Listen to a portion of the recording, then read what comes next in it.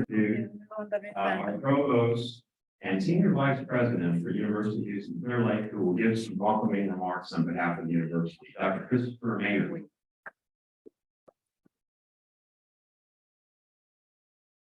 Really good adjunct. Thank you so much, Dr. Herod. So first, just on behalf of the university, I just want to welcome the Honorable Livia Link-Raviv. Just thank you for coming to our campus and spending your time with us today. I'd also like to thank everyone who helped put this together. Dr. Herod, Dr. Cass, Dr. Waller, everyone that's involved in this event. You know, one of the great things about the University of Houston Clear Lake that I learned very early on time here is that we really are committed to making sure our students are citizens of the world. That we want our students, when they come to this university, to learn about their disciplines, but in addition to learning about their disciplines, learn how they interact with the world, to be informed, to be engaged, to really have that cultural awareness that really helps all of us to navigate in a world that is increasingly closer and closer together. That events around the world affect us today here in Houston. And Houston, you know, such a great international city. We know how connected in terms of business and industry and tourism. This city is a city of the world, and we want to make sure our students are prepared. So there are events like this today, and great speakers that we have come to campus to really share with our students, share with our university community, how we can continue to learn more about the world we live in, and continue to know how we can better ourselves. And again, that's one of the great things about our university. So again, thank you all for coming. Thank you for being a part of today's event. Thank you for being part of the solution of helping us all be citizens of the world. Thank you very much.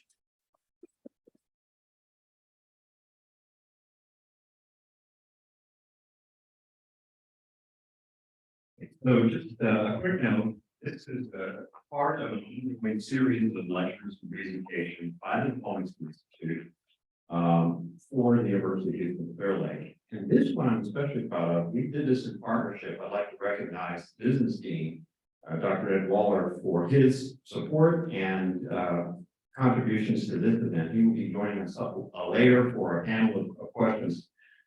So just one bit of housekeeping news. Hold your questions. At the end, we will provide you an opportunity to ask your questions. There are no cards on seats. So fill out the questions as you listen to our honored guest, the Consul General of Israel. So right now, I'd like to introduce my colleague, Dr. Daniel Cass, who's coordinator of the Diplomacy Institute, and he will introduce our guest speaker for the day. But thank everybody for coming. We appreciate it.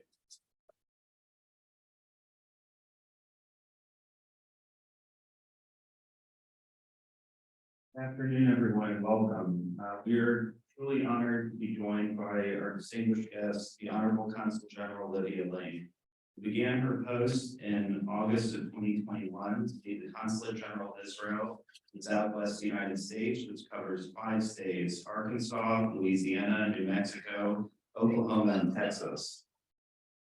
Prior to this post, the Consul General has served as a career diplomat in the Israeli Ministry of Foreign Affairs for the past 20 years. Serving in such posts as Caracas as Deputy Ambassador, in Rome as Counselor for Public Diplomacy. And in the Ministry of Foreign Affairs, Consul General Link has worked in the Department for International Organizations, coordinating policy towards the United Nations and directing the ministry's cadet course, leading the training and preparation of the next generation of diplomats, as well as in the legal advisor division in charge of economic affairs. In addition, Consul General served as the Director of the Pacific Department. Without further ado, we are honored to have the Consul General speak about today's topic, Startup Nation, Israel's Business Innovation and Startup Ecosystem.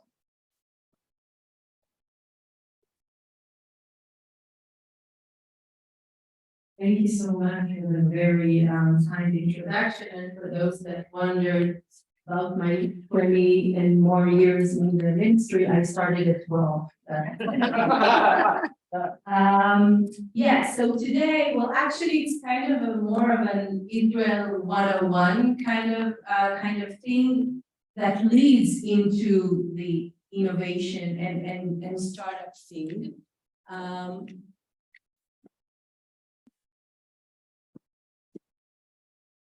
Okay, it works.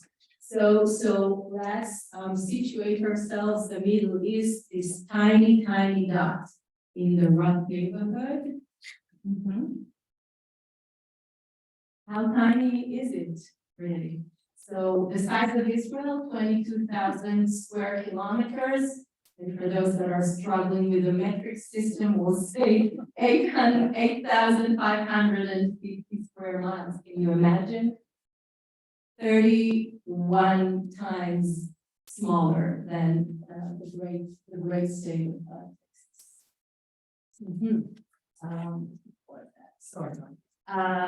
Yes, so I'll just say a few words about what we do here. Israel has bilateral relations, diplomatic bilateral relations with many countries around the world. I think around 150 countries. We have over 100 embassies and consulates around the world because some of the consulates and embassies cover more than one state. In the United States, our embassy is, of course, in Washington, D.C. The embassy is always in the capital. And then we have regional consulates that cover the different states. Our consulate general to the southwest covers the 5 states that were just mentioned. And our job is pretty simple and pretty complicated at the same time. It's maintaining and deepening the bilateral relations between Israel and the territory we cover. And how we do it. We do a lot of work on the political level of things. That means meeting a lot of elected officials, making sure they will do what we consider is beneficiary for Israel in Washington when they need to raise their hands. And on the state level, of course, as well, on the city level, etc. We do a lot of economic and commercial work. We're very fortunate to have here a commercial attaché that represents the Ministry of Economy of Israel. And the thing they do is a B2B, a very basic B2B kind of work, just connecting businesses from Israel and the region we serve. We do have cultural exchange, of course, as well. And we do a lot of community outreach. And this is something that is very important for us. And why? Because when we sit here in Houston, Texas, a wonderful, wonderful place, I arrived 2 years ago with my family and received the warmest southern welcome. So I really enjoy Houston and Texas and the other parts of the region, of course. But every place has its own characteristics. So if we're here and we're talking about the Hispanic community, for example, it's sometimes a bit strange for me that people refer to it as a minority. Every second child being born in Texas is of Hispanic heritage. So no minority, and some people say, look at the demographics of Texas today and see the whole United States of tomorrow from all points of view, not necessarily the Hispanic community. So a lot of work to the different communities, and in this sense, I think Houston offers, I would say, the best place in the United States. Everyone is here. Everyone is here on a plate with a very diverse and open community. So we do a lot of work with the Hispanic community, with the Black community. We do a lot of interfaith work. Again, all faiths are represented here in Houston. So it's really a great opportunity for us. And another unique thing maybe, as an Israeli diplomat, I represent not only our country. I actually wear 2 hats. One is representing Israel, of course, but the other is representing the Jewish people. And that is a significant task, an important one, and at times a heavy one. And that means we get to deal with things like combating anti-Semitism, Holocaust remembrance. We just had our Holocaust Remembrance Day. And that also is a very important part of our work. So this is just in a nutshell. And And anyways, an Israeli diplomat does not resemble others. When I speak to my peers here, because Houston has a huge diplomatic community, their work is a bit different than mine. I would say most of my colleagues concentrate in two things. One is the consular work, just giving services to their expats, visas, passports and stuff like that. We do it as well, but I wouldn't say that's the number one chunk of our work. And the other thing is economic work, which again, we do as well, but it's not the only thing we do. So one of our unique things is wearing the two hats. I just mentioned it. We represent a country, and we have to say it's just reality that is under an existential threat. That's just the way it is, and we do our utmost not to be there, but it's a part of our reality. We have a lot of representations around the world. For a country our size, that's unheard of. 104, if I'm not mistaken, representations, offices across the board, with a very small ministry and consular board. And that means we are very thinly spread. Okay, so each and every one of us needs to do more with less. And that's also something very Israeli, I would say. And it also requires us to be a bit of jack of all trades. One day we need to be experts on innovation, for example, and then the other day we will have a cultural event and we'll need to talk about culture, etc., etc. And that is one of the reasons that it's so important for us to work with partners, in partnerships with other institutes like the university today. And another thing is that we are always on the spotlight. Okay, Israel is always at the front page, on the front page of the news. Just take a look and find out. I don't remember when is the last time my New Zealand colleague was up there, like never, maybe.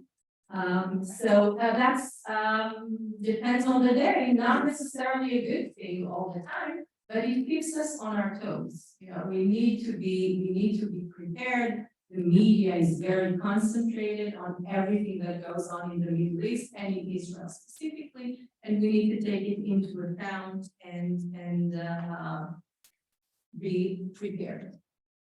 So, yeah. Okay, some interesting facts about Israel. So we know Israel is the only Jewish state in the world. We have two official languages, that's Hebrew and Arabic. Some people find it surprising, but Arabic is an official language in Israel, and it is mandatory for every official business to use Arabic as well.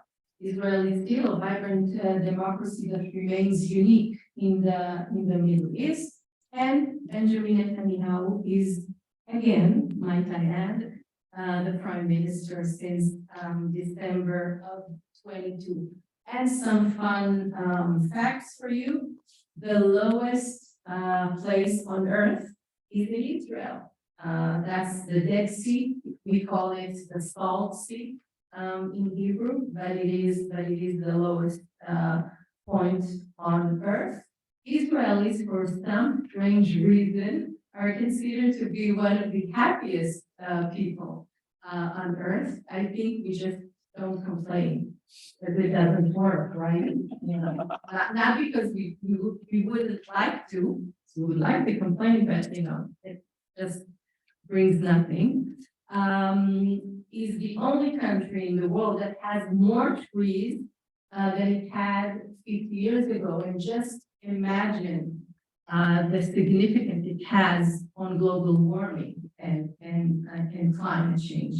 That is very significant, and that is rooted also in our Jewish identity. Planting a tree, in Judaism, a tree is a symbol of life, and planting the tree, connecting to the land and to the earth, has a very big significance, and that is a big part of what we're doing.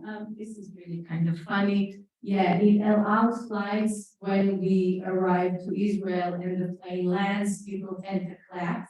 Not sure why. And we have more museums per capita than any other country, including one museum that is under the water. So we talked about territory, about official language, currency. Well, this is updated for last year. The rate has now changed, but it's not that important right now. Capital remains and will remain our eternal Jerusalem. And the location, you can see the thin stripe that is Israel. If we talk about the population, we now, again, this is updated for last year. I think this year we're at 9.6 or even 9.65 million residents. Again, imagine less than 10 million people, and we do so much noise around the world. That's kind of impressive.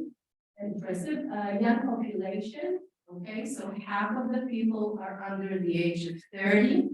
The birth rate is one of the highest in the OECD countries.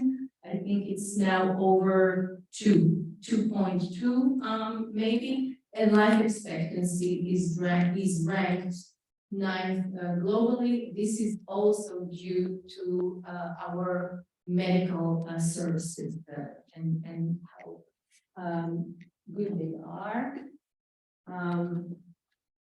Yes, the ethnic diversity is also one of our strengths. I would say about 80% of the population is Jewish, and about over 20% is Arab.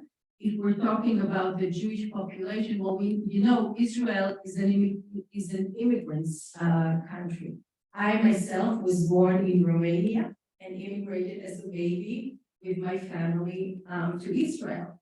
And if you scratch deep enough, you discover everyone is from somewhere else eventually. So this statistics goes to the parents, but doesn't go further. So those that have parents that were born in Israel are considered to be originally Israeli, but if their grandparents, and if not their grandparents, their great-grandparents were probably born somewhere else.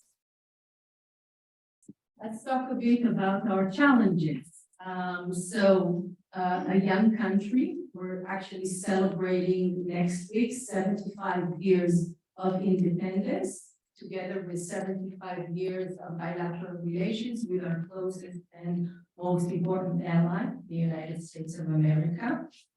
Immigration oriented, we talked about it. Everybody comes from somewhere else. We have a huge mix of cultures and traditions, and in some years it was a challenge, but I think we reached a point. We used to talk about a melting pot, and we don't do it anymore because no culture needs to be melted.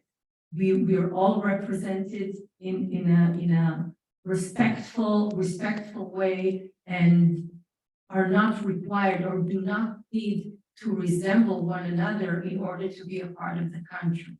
We have our own culture, we have our own tradition, and we are a part of the same country, sharing the same values. Diverse population, we talked about it, and a challenging geopolitical environment, and no major natural resources. So about these two last points, very interesting changes have happened in the past, well, some of them in the past decade, some of them in the past couple of years. And they actually ruined one of my only jokes. I used to say Moses walked the desert for 40 years, only to find the one spot in the Middle East that doesn't have oil, doesn't have water, doesn't have any natural resource, and that's Israel for you. Well, we discovered natural gas, a huge game changer for Israel. Just imagine what it means for Israel to be energetic independent. Not only energetic independent, but being able to trade its gas with its neighbors. Again, a huge geopolitical and economic game changer. Talking about the geopolitical environment, so we always say, you know, tough neighborhood. And that is still true to some extent, but now we're talking about the Abraham Accords. So everything is changing in front of our eyes. These are honestly very, very interesting times, exciting times. I've been for 22 years with the Ministry of Foreign Affairs. If someone would have told me 20 years ago, we're going to have bilateral relations with the UAE, Bahrain, etc., I would have laughed because there was no way. There was no way. And a lot of Arab countries were talking about isolating Israel, etc. And now we're facing a new era in which, and it's important to understand, this is about mutual interests. Nobody's doing anyone a favor. This is real politics in its best, you know? And it's a win-win situation. And countries came to the conclusion that they gain nothing by not having relations with Israel, or rather, I would say the opposite way, they could gain so much more by having relations with Israel. And Israel thinks exactly the same. And with a lot of help from American administration, we need to acknowledge that the American administration was and still is extremely supportive of the Abraham Accords and of more countries. So it's difficult to say who would be the next one to join. I have my own guesses, but it's not really important. The important thing is there will be more countries to join the peace agreements, the Abraham Accord agreements, and I think we will see eventually a different Middle East. And for me, it's very exciting and, well, actually a sign of hope, I would say. Yeah, highly educated population, so you can see where we're at. And I think it's, we talked before about the Jewish tradition. So if we think for a minute, back in history, Jewish people were not always allowed to own, to be owners of land, owners of property, owners of, you know, stuff. So if you can't own, what do? What's the only thing you don't need a permission to own? Just education. You need to acquire something, and being kind of a nomad people, you know, you don't need a suitcase for your education. You have it all inside. And that is why throughout the years, a very big emphasis was put into education. And you can see it in today in our investment in R&D. Israel has one. For some years, we were #1 in the world. I think now, among the first 5 for sure, not the #1 anymore, but among the first 5 in the world regarding investment out of the, as percentage out of the GDP in research and development, and how important it is. Moving on. Well, these are some Nobel Prizes. I don't want to get into that, but it ties directly to education and investment in R&D. Israel is a technological hub of and linked of innovation. Well, remember we talked about the challenges. Guess what?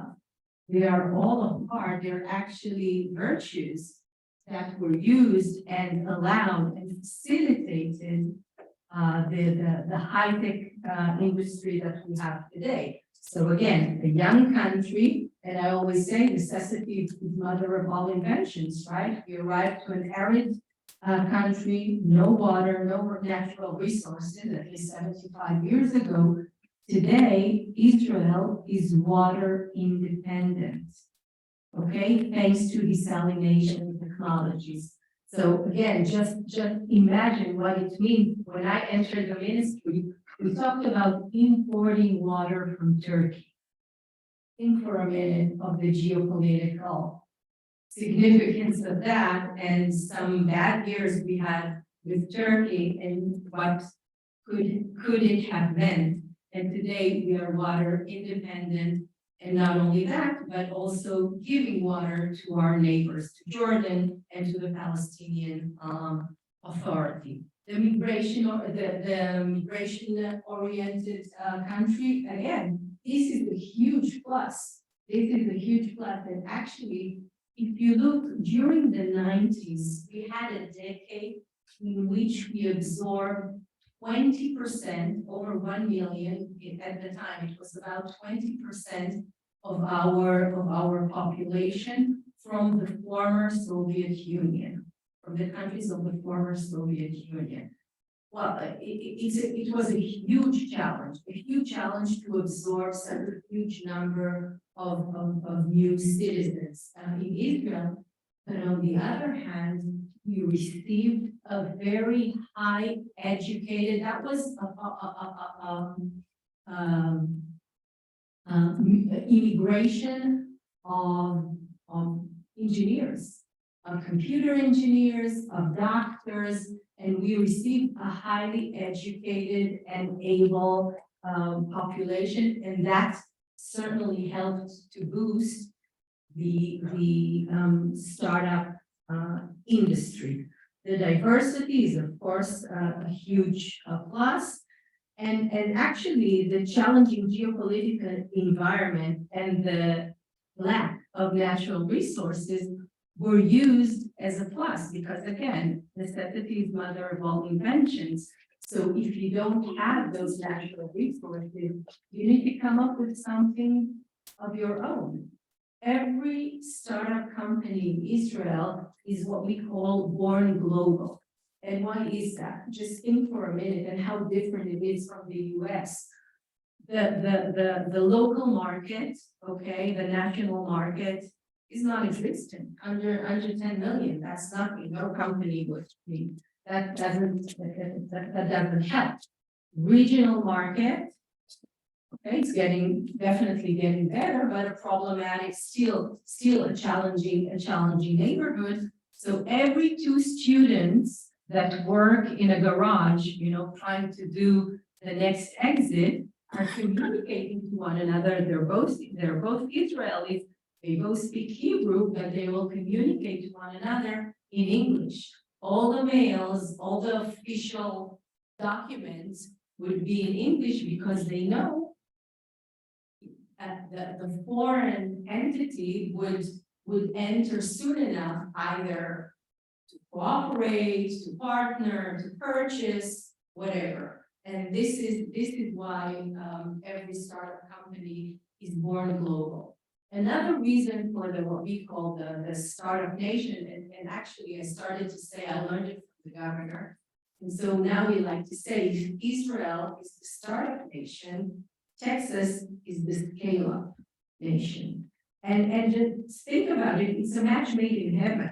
I mean, everything we know how to do best could receive such a huge scale and huge opportunities in Texas, and we're working to facilitate exactly that. And if we think of more reasons, so we were talking about being born global, we were talking about the immigration from the former Soviet Union and how the high capacities that these people brought with them. And we have to mention the military service. So the military service actually helps in 2 ways. One way is just building the ability and the confidence of this young person. So you have to understand an 18-year-old, either a man or a woman, both mandatory military service, goes into the military, a lot of them into professions that require some sort of technological knowledge, and they gain that knowledge in the military service. So going out of the military service, they put it into use in the civil sector to the benefit of us all. But the second thing is the attitude. 18-year-olds are being trusted with, well, not only millions, just imagine an 18-year-old pilot, he's being trusted with an aircraft that is worth millions and more. And it's also it's more than money. It's being trusted with your friends' lives. And that is a huge responsibility. So when you finish the military service at 21 for men and 20 for women, women have a bit of a shorter service, you're a grown up, a real grown up, and that is being used in the startup scene as well. We are not afraid of failure. The Israeli culture does not punish or condemn failure, and this is crucial. Whoever has done business, in the past, certainly in high-tech, certainly in startups, failure is almost a natural part. We don't aim for it, nobody likes it, but it's so important to learn from, and that is something that is important. That in Israeli culture, it's being regarded as a part of the deal, and actually you can add it as a, how do you say, a notch on your belt?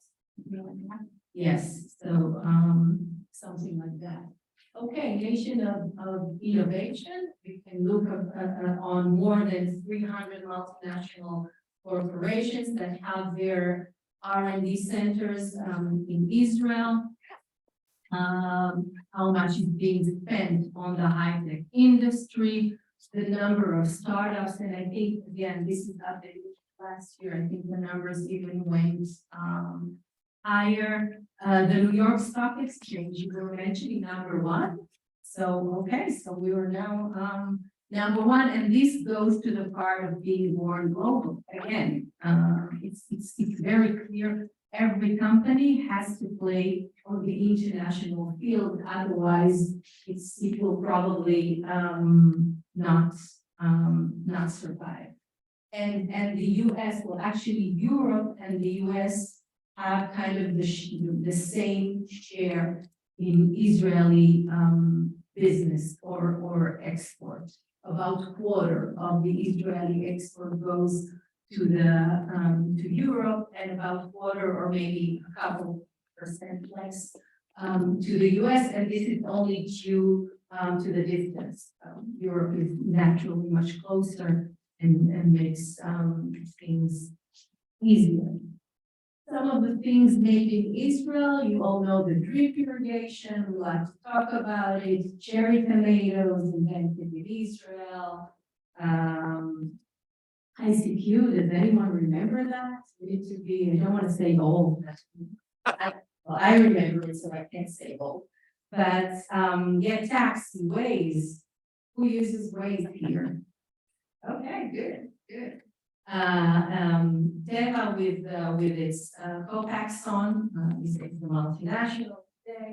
And here we have some of the 300 of the world's leading corporations that use Israel as a base, and some big names are in there.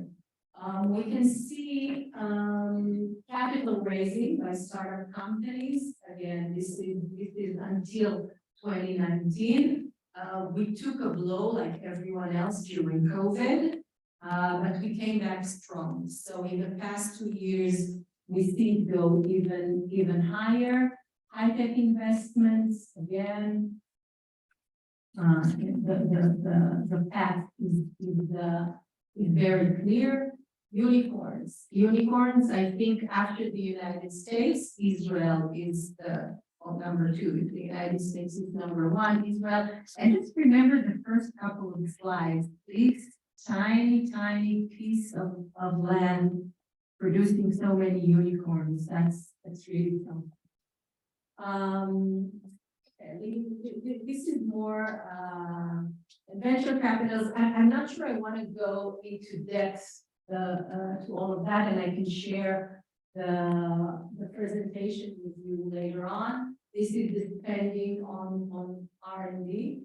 You can see Israel and its percentage out of the GDP. This is for 2019, and I won't go into the different sectors because I think it's too much of the nitty-gritty. I would just say about the natural gas, as I said before about desalination technologies, a huge game changer, and it's being used not only for economic growth and energy independence to begin with, economic growth again, and geopolitical advancement with our neighbors.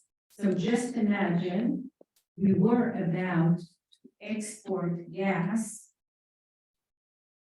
to Lebanon, let's say, not directly, we're not able to do that because we don't have relations with them, but through Egypt. This is like far out, whoever understands the region, it's really something. And we became a powerhouse of natural gas. We can talk about water technologies again, desalination, water management, etc. But I think it would be wise maybe to stop here and have a conversation if you like. Thank you.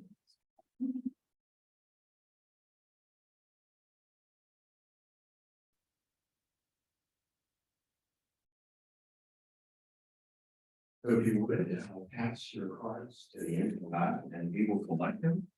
And maybe by doing that, I don't know, but if you have any questions, we will filter them that way. Because we know we have limited amount of time. And so we appreciate this, and we certainly appreciate the speech by the Consul General. Although I found it informative, it's really amazing some of the things that Israel is doing, especially in the startup ecosystem. So.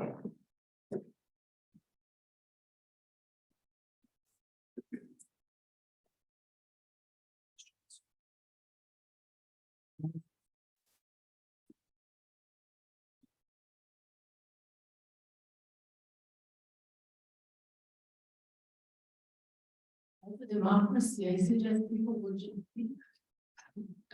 Okay. Well, if you're okay with that, then that's fine. If you have a question, you can just raise your hand or.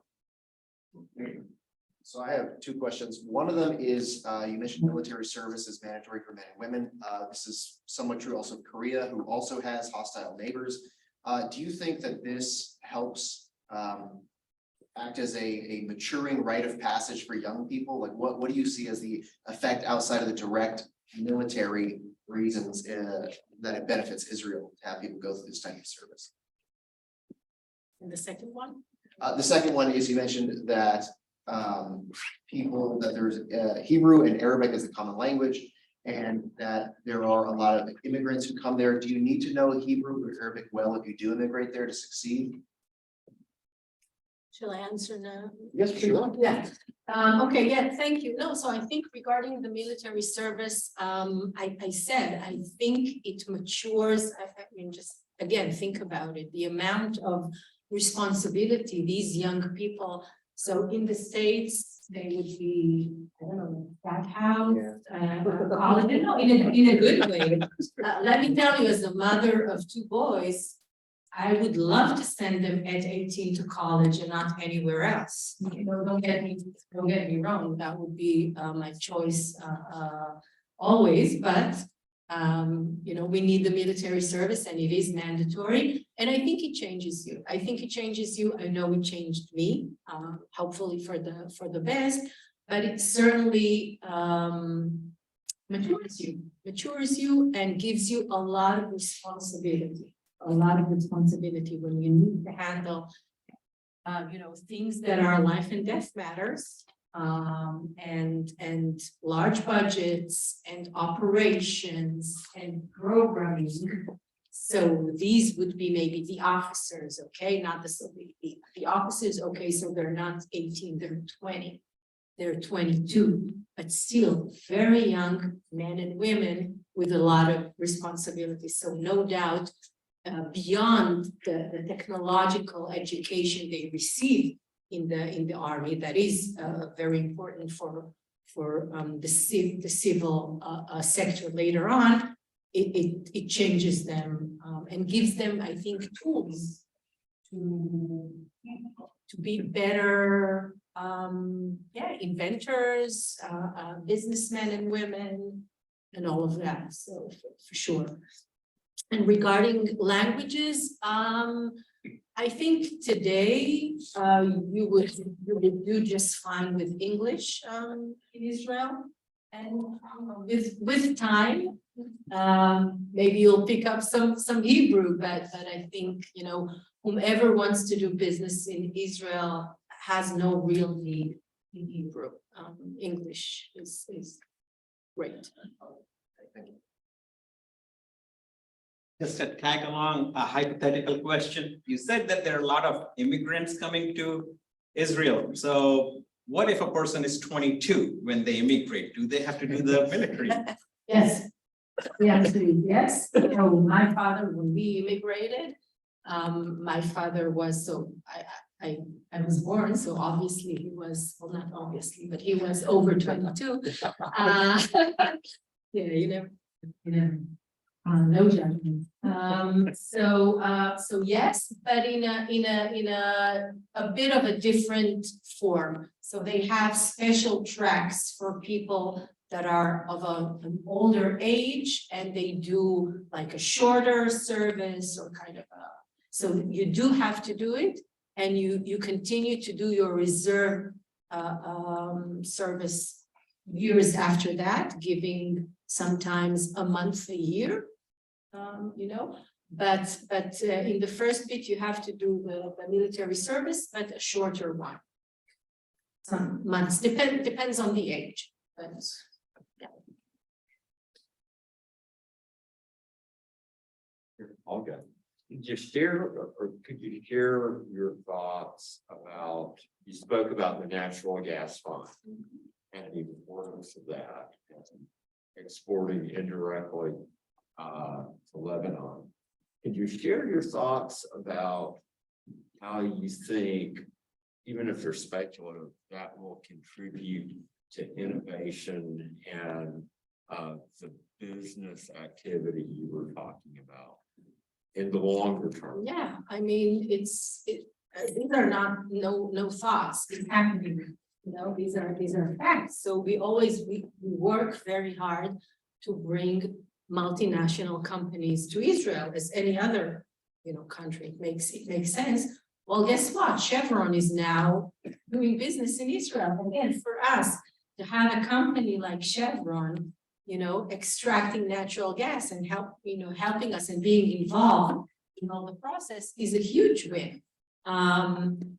If we talk about, so not only on the economical side of things, but also on the geopolitical side of things. Think for a moment, where does Chevron does business? Okay, with whom? And through Chevron, even before the Abraham Accords, they for themselves could have served as a bridge, you know, to other countries. So this is huge. It's double the game. Okay, so it's not only the natural gas, it's not only energetic and economic development, but also the geopolitical importance. And on the technological side, yeah, well, actually, I'm seeing it the other way around. So the same devices that were used to other industries are now being adapted to the natural gas industry, and that makes sense. I mean, a pipe is a pipe, right? No, in the, you know, and we know something about water and water management, pipes, valves, you say, you call them valve, you know, on the really sophisticated and technological side of things, and now they're being adapted to the natural gas industry. So it is new technology, but it's kind of old technology. Yes, a new use of known technology. I'm guessing, I'm no expert on it, but I'm guessing with a twist. The adaptation part needs to be made. So yeah, very, very, very.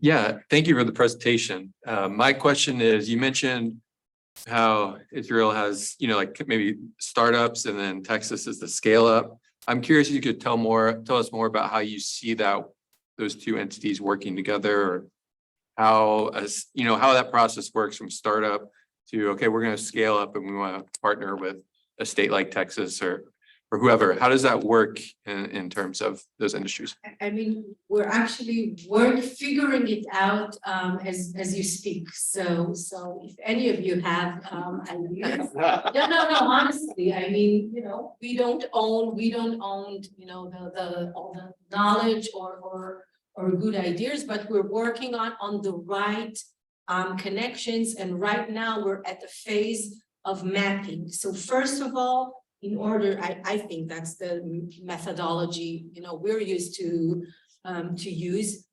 Before saying what you would like to see, you need to take a look at what is, what's happening on the ground. And we are surprised to discover that quite a lot is happening on the ground. And the good thing is, we as the representatives of Israel are not aware of all of it.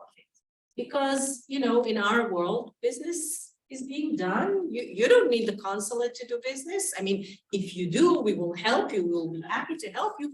But a lot is going under the radar without even being, even going through us. So right now we're mapping, the first part is mapping the connections that exist. The second part would be mapping the potential. And this part is extremely important, because I think if you say everything is important, it's like saying nothing is important. That's not serious, right? So everything is important. It's a nice slogan, but let's prioritize. Once you prioritize, you can really put your resources, invest your resources where you would get the biggest growth, and you will get the ROI you were expecting. So I can say the match needs to be, it's like between people, right?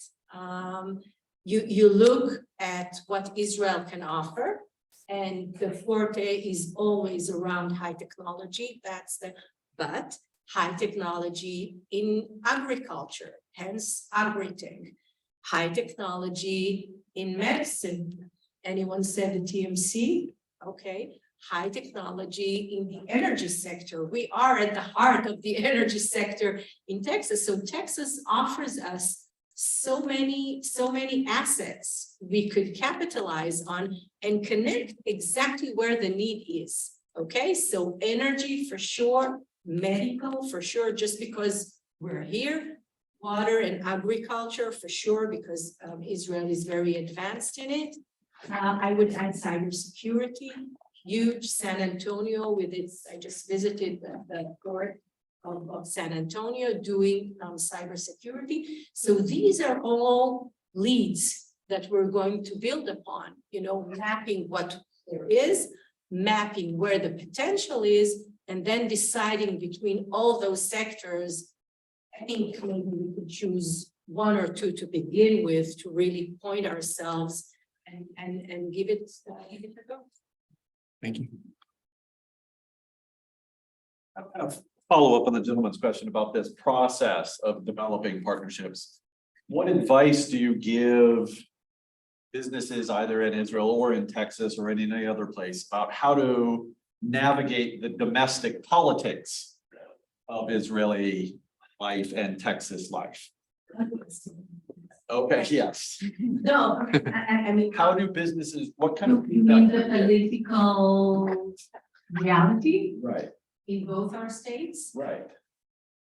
I mean, the important thing is, if I were a businessman, there's no chance I will be, but I would look, honestly, I would look for a stable place, right? You need to have a credit, how do you call it? A credit rating, a high credit rating. Okay, Israel has a high credit rating. You need to have a place that has regulations, law and regulations. We're there, democracy, judiciary system. With all what we hear on the news, we have a very strong judiciary system. So any dispute, any commercial dispute has a very clear way of being resolved. We pretty much, our law system is Anglo-American because the Brits used to be around. So we inherited the Anglo-American law system, which I believe is a plus in this case. You know, so you look at a place, you think, can I trust them? If I have a problem, do I have anywhere to go? Does it have strong regulations and laws? The answer is yes to all of the above. And then you ask yourself, does it have talent? Does it have the extra something I'm looking for? The answer is hell yes. So I think the two combined are pretty much, I don't think businessmen get into politics and you can never win because, you know, who's right? I don't know who's right. I am representing my government, of course, but it's, you know, I'm being asked, it's funny because I'm usually being asked, is it safe to go to Israel? What's happening there? And et cetera, which I understand it's a legitimate, you know, question. And I have to be honest with you, in the past year, some of my friends asked me, how are you in Texas? Is everything okay?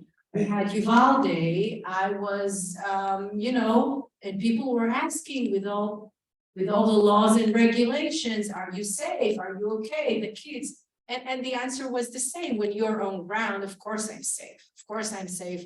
Life is beautiful here. And you're safe in Israel too. Life is beautiful in Israel too. You know, unfortunately, we have more casualties in car accidents than anything in anything else. So, you know, just I would say go by the criteria you would go with any other investment.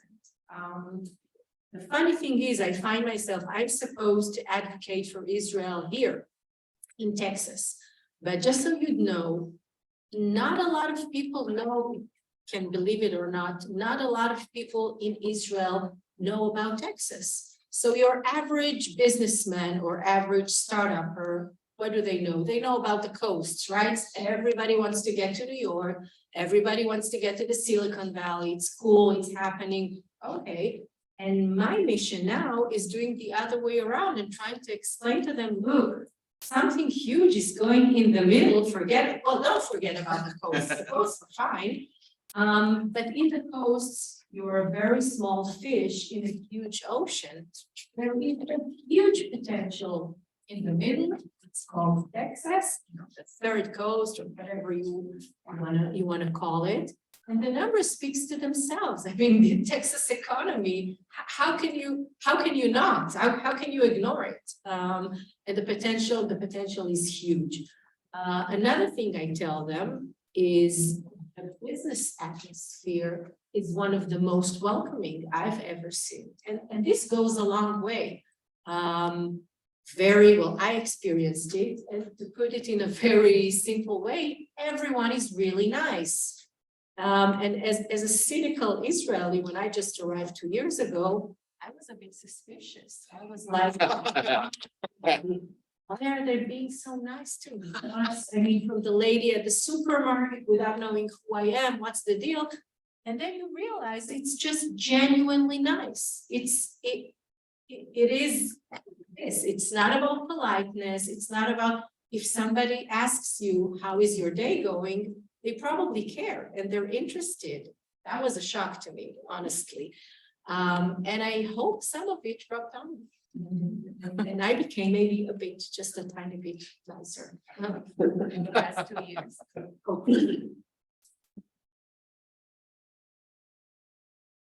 So y'all, I'm sorry, just please. Thank you. So you mentioned the Abraham Accords, which is with other states. Do you think over time that will help facilitate a resolution to the Israeli-Palestinian issue, or will it hamper that resolution, or are they independent? Are they not related? Yeah, no, it's the billions of dollars question. I mean, there's no easy answer for that. It's a very good question and a very important one. I don't think we can be naive and say they're independent, because come on, it's the Middle East, it's us and it's them, and it's all packed in a very condensed and intense area. So they're not independent. I would say my hope is it would have a beneficiary effect. Well, I would say again, I'm talking from an Israeli perspective naturally, so I'm not claiming to be objective because I'm not. I think for many years, the Palestinians almost held the conflict with Israel as hostage and prevented us to develop relations with other countries, or rather prevented other Arab countries to go forward, although they wanted to, because it was always the elephant in the room. Oh, we couldn't do anything with Israel. Why? Because of the Palestinians, because of the problem, because the sky would fall, because all hell would break loose. Well, what do you know? They went forward, it took a lot of courage. And I think eventually some of these countries were, I'm using a harsh term, were fed up with the Palestinian problem, because they were hoping to see some advancement from the Palestinians as well, and they didn't see that. They saw, if you look at the Palestinian official policy now compared to 30 years ago with Yasser Arafat, not a lot of difference. And so you say, come on, we can't. Things have evolved. You have to acknowledge the right and the legitimacy of Israel to exist, which they still don't do. So, the Arab countries were patient for a very long time. For some part of history, they boycotted Israel. And eventually, again, we live in a world that every country needs to look at the benefits of its people. The UAE wants to develop their population, and Bahrain wants to do the same, and Morocco wants to do the same. Every country wants to do the same. And they said, okay, we're not seeing them doing any steps forward to better their own situation. So if they're not working for it, how come we should pay the price? And they went forward and said, okay, we're still very supportive of the Palestinian cause, but we shouldn't think we don't think it should be an impediment to advance our relations with Israel, and to benefit whatever we can benefit from these relations. So I think in this sense, once the Palestinians would reach a point, and I think it's in the process, these things take time, it's not an instant, it takes a lot of time. And just as an idea, the Abraham Accords, nice, it happened 2.5 years ago, or something more than that, almost 3 years ago. But it was decades of work of my friends working incognito in some of those parts of the world. And as we speak, we're doing the same in other countries that we still don't have relations with. So it's going to take a lot of time, but eventually my hope is the Palestinian Authority would, go through a process too and say, okay, it's not working anymore. We need to change, desk and stop framing ourselves as we used to 30 years ago, and see what concrete steps and developments we can take for the benefit of our own people. Because right now, it seems the leadership is not very concerned with the people, so that's a problem. So y'all discovered natural gas recently. I know there are places in Europe who are still pretty dependent on Russia for natural gas, which is not a good geopolitical position. Does Israel have any plans, or are y'all currently exporting natural gas to companies that are currently dependent on Russia, and what so far has been the effects? Yes and yes. So when the conflict with Russia, the war, it's a war, a big and nasty one. When the war broke, Europe was knocking at our door, you know, in a very intense way, trying to think, how can we get your gas? So first of all, we need to be realistic and modest. Our quantities cannot resolve the European. It needs to be said with all the love and intention to help. It cannot solve it. It could ease a part of it for sure, and it already is through Egypt. Okay, so it's being liquefied in a plant in Egypt, and from Egypt by sea, well, by tanks, by sea, to Europe. This is a very not a very swift and economic and efficient way. Okay, so it costs a lot. And the idea is we're talking about a pipe that would connect Israel and Europe, either Greece or Cyprus, for many years. We're talking about it for many years. It didn't have a very high economic,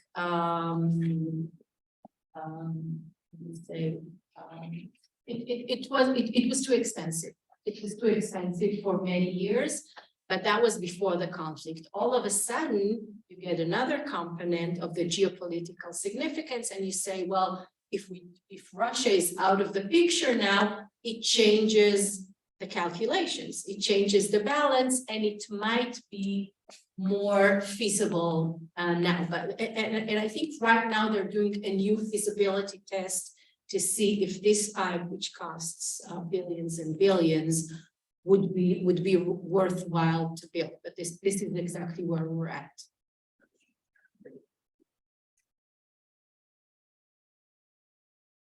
Can I make a shameless plug, please? I apologize in advance, but here's the shameless plug. I'm a professor of healthcare administration, and I'm in the College of Business.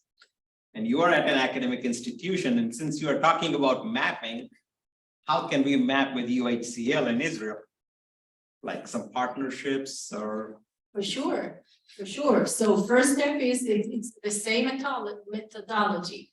First step is to find out if anything exists. And to my surprise, I visited a lot of universities that I wasn't aware of anything. And when we dug out, so there's one professor that cooperates with someone from Israel, from the Tel Aviv University, and someone with the Hebrew University.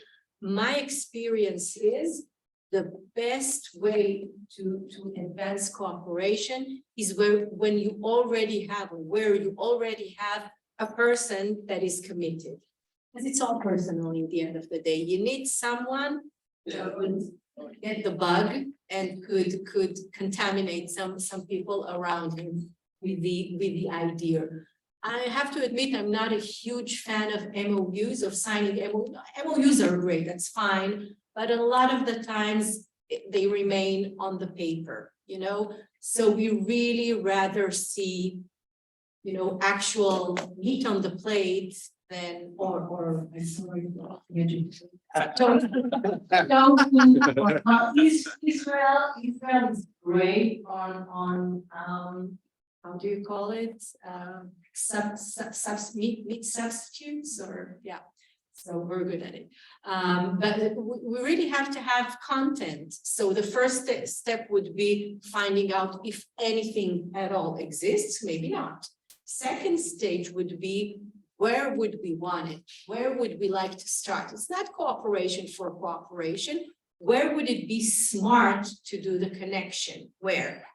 In the chemistry sphere, or, you know, just, and this is something the university should do a SWIFT. It's not, you know, it's not a PhD to think about where is the places in which connection to Israel could be beneficiary, and then we could do the right matchmaking to the right institute in Israel. But sure, yeah, that's a part of our work, actually.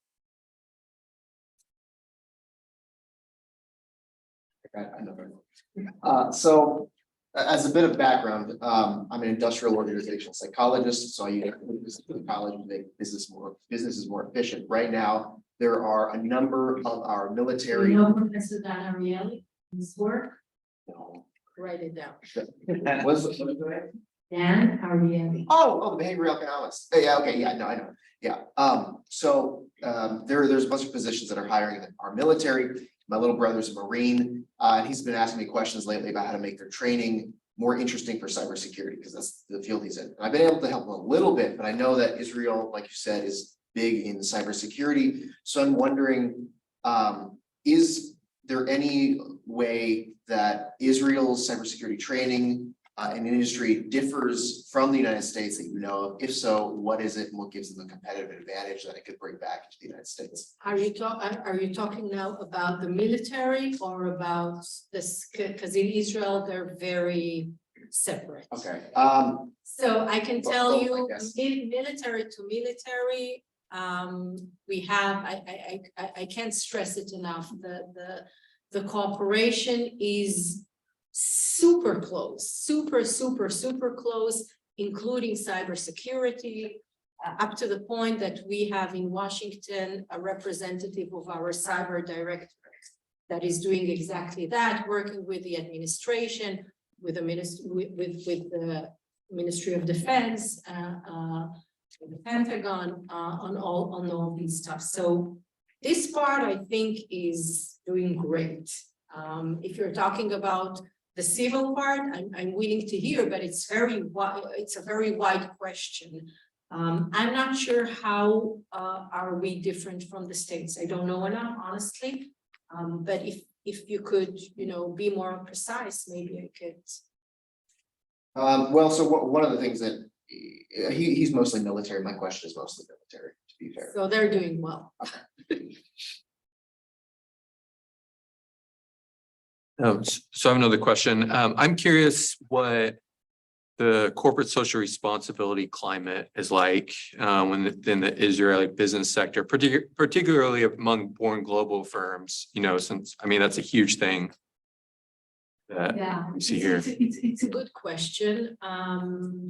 Starting with the fact, again, I'm not objective. In our ministry, I used to hold a portfolio of the SDGs, the United Nations Sustainable Development Goals, and I was like a missionary. I would go to universities, to other ministries, trying to convince, and that was, oh wow, more than 10 years ago. And that was trying to explain to people, this is the future. And now you can choose, but in some years you won't be able to, and it will be mandatory, and it will do good to your investors. Go for it. I'm not sure I was so successful. So I think it really depends on the sector. It depends on the sector and on, again, everything is personal, on the founders. And so you see at a certain age, you know, if you have young founders, you know, they're totally into it. They understand, it's a part of their values. It's a part of their, the way they see the world, and they would uphold themselves to a higher standard. Whereas the more traditional sectors and companies maybe less, always the law requirements will be met. That's for sure. The question is who's doing the extra mile. So whatever is required by law, everybody's aligned. Some are doing the extra mile, not all of them, unfortunately.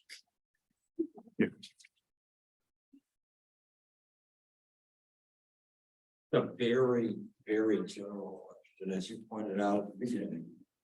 Started when you're 12.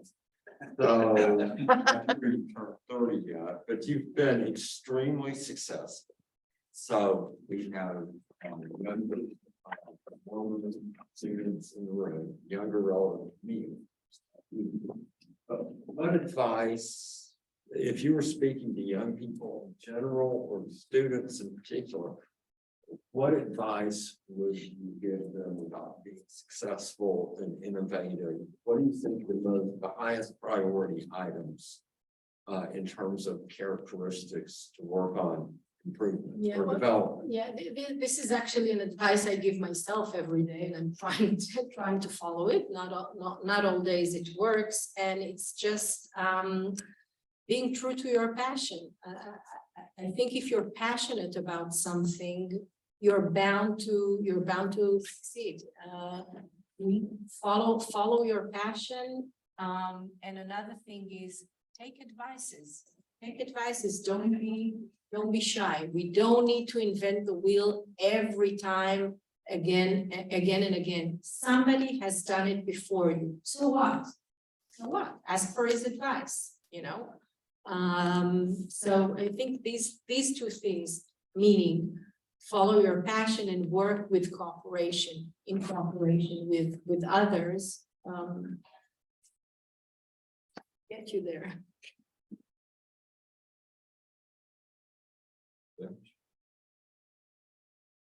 Well, as the Diplomacy Institute, we're very attuned to the international scene, and you point out Israel truly is a global actor. So contemporary development, your economy and industry minister recently went to India and was talking about expanded collaborations, not only in IT sector and also desert technology. And just as it is here at UHCL, the largest number of foreign students in Israel comes from India.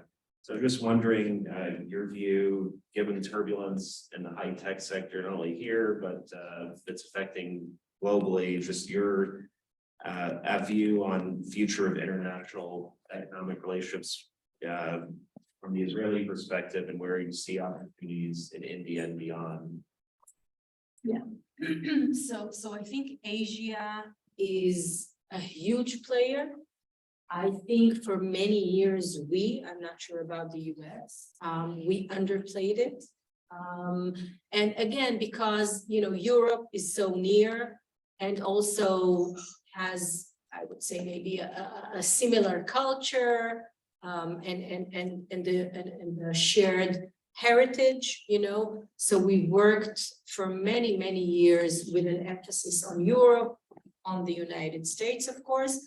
And I think we've discovered it's not a new thing. I'm talking, in the past 20 years and more, Asia and its importance, the waking economies, the tigers, whatever you'd like to call it. I think India is a force to be reckoned with. I mean, we can't underestimate them. They're huge. They're huge in every aspect, not only in number, in capacities, in their professionalism, and in their culture. They're very shrewd businessmen and women. And I think that we already have several frameworks in which we work with India. One of them, by the way, is with the Abraham Accord countries, United States and India, okay? Because the future is there. The elephant in the room being China, of course. So whatever you do with India, you don't do with China. That's the balance, which is important. Investing in Asia, but in the right places. Vietnam is a huge, promising economy. I know we're doing a great work there. These are maybe the two, highlights I would say. And I think the United States is doing pretty much the same. Well, I have a number of questions, but I'll limit it. Start with the- So Moody's, I think it was, I'm trying to remember if it was this week or last week, but they downgraded Israel in terms of the rating because of the turmoil. Do you think that's a transient phenomenon? Do you think that will be resolved anytime soon? Since obviously that has an effect on the business climate, the business environment, well, to some degree, the innovation ecosystem. Yeah, I have to say yes, because otherwise it's hopeless. So I have to say I believe it is temporary but we have to understand something. This is first of all an internal Israeli debate,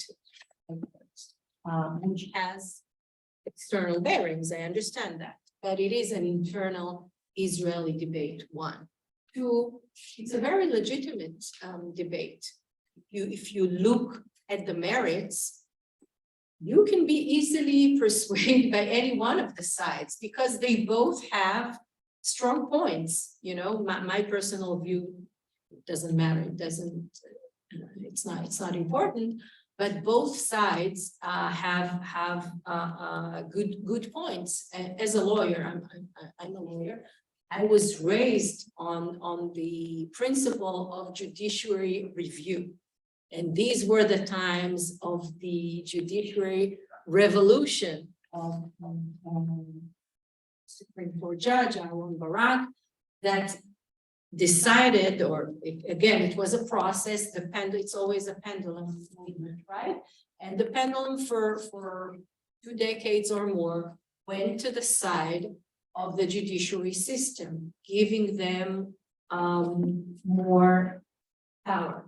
Giving them more power up to the point the judiciary system could say a law is unlawful. It needs to be canceled. And a lot of people look up to the Supreme Court in Israel, might happen in other places as well, and do not see themselves, do not feel represented. Okay, remember, judges in Israel are not being elected like the United States. It's strange for you to understand because the systems, the political systems are so different from one another. And these people want to be represented and want the judges, or at least some of them, to portray their views as well. Okay, so that is a little bit in a nutshell. It's more complex, of course, but it's in a nutshell what's happening now. Some people think the pendulums should go to the other side, restricting the powers of the judiciary system, and restoring some of the powers to the parliament. There is, I don't think there is any, right answer. But I think we will have to reach a compromise. We just have to. Neither one of the poles, would work, and a compromise needs to be reached. This is what our president is doing right now, and more than it's not about so much about a compromise. It's about a wide consensus, in which everyone could find himself and not feel as a loser, as someone that is being outside of the frame. And this is exactly what we're working on. Well, I'll do this one more then. If I remember correctly, Israel is second only to the United States in terms of startups on the NASDAQ that have actually hit the NASDAQ on a per capita basis. So I'm wondering I know there's many factors and you touched on these. Author Franz Johansson, he talks about how diversity drives innovation and, people come together in the intersections. And so I think it gives an advantage. How much does the Israeli government actually subsidize or otherwise support these business startups, or it's kind of wild and woolly and they rely more on private investments like in the United States. You know, some countries are very focused on supporting startups. So there was a movement in this as well. In the early 90s, the government was very invested. And I think this was the engine of the startup nation. This was exactly it. And the government has financed a series of, we call them greenhouses. You can refer to them, you know, as accelerators or whatever you want to call it, with a lot of government capital. And the government is very invested. I'm reminding you, this was with the immigration from Russia, the high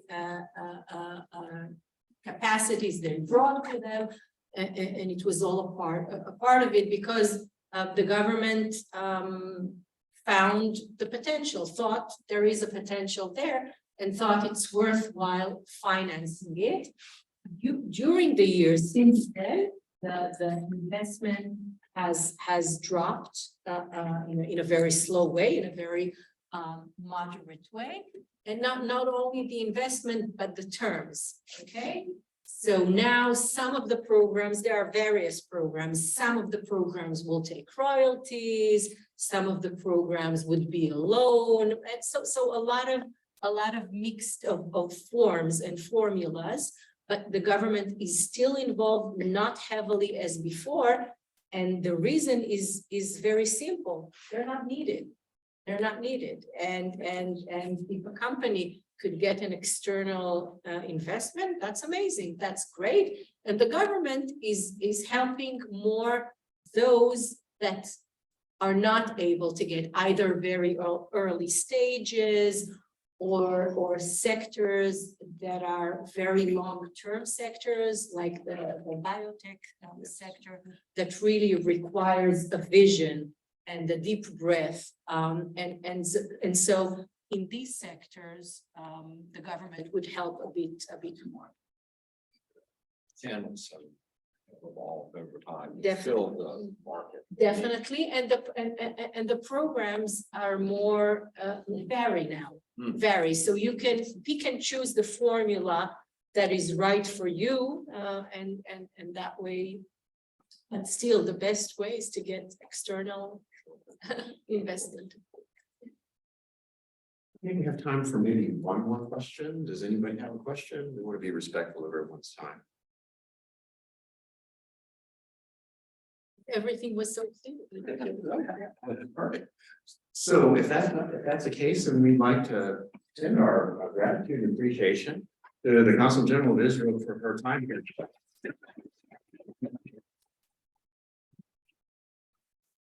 And that concludes our. Thank you. Thank you. Thank you.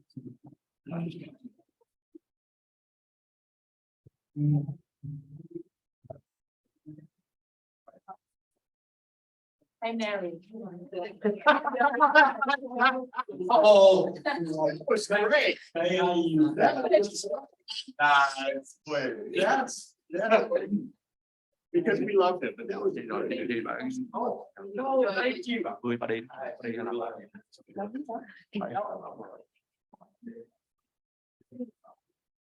gonna tell you.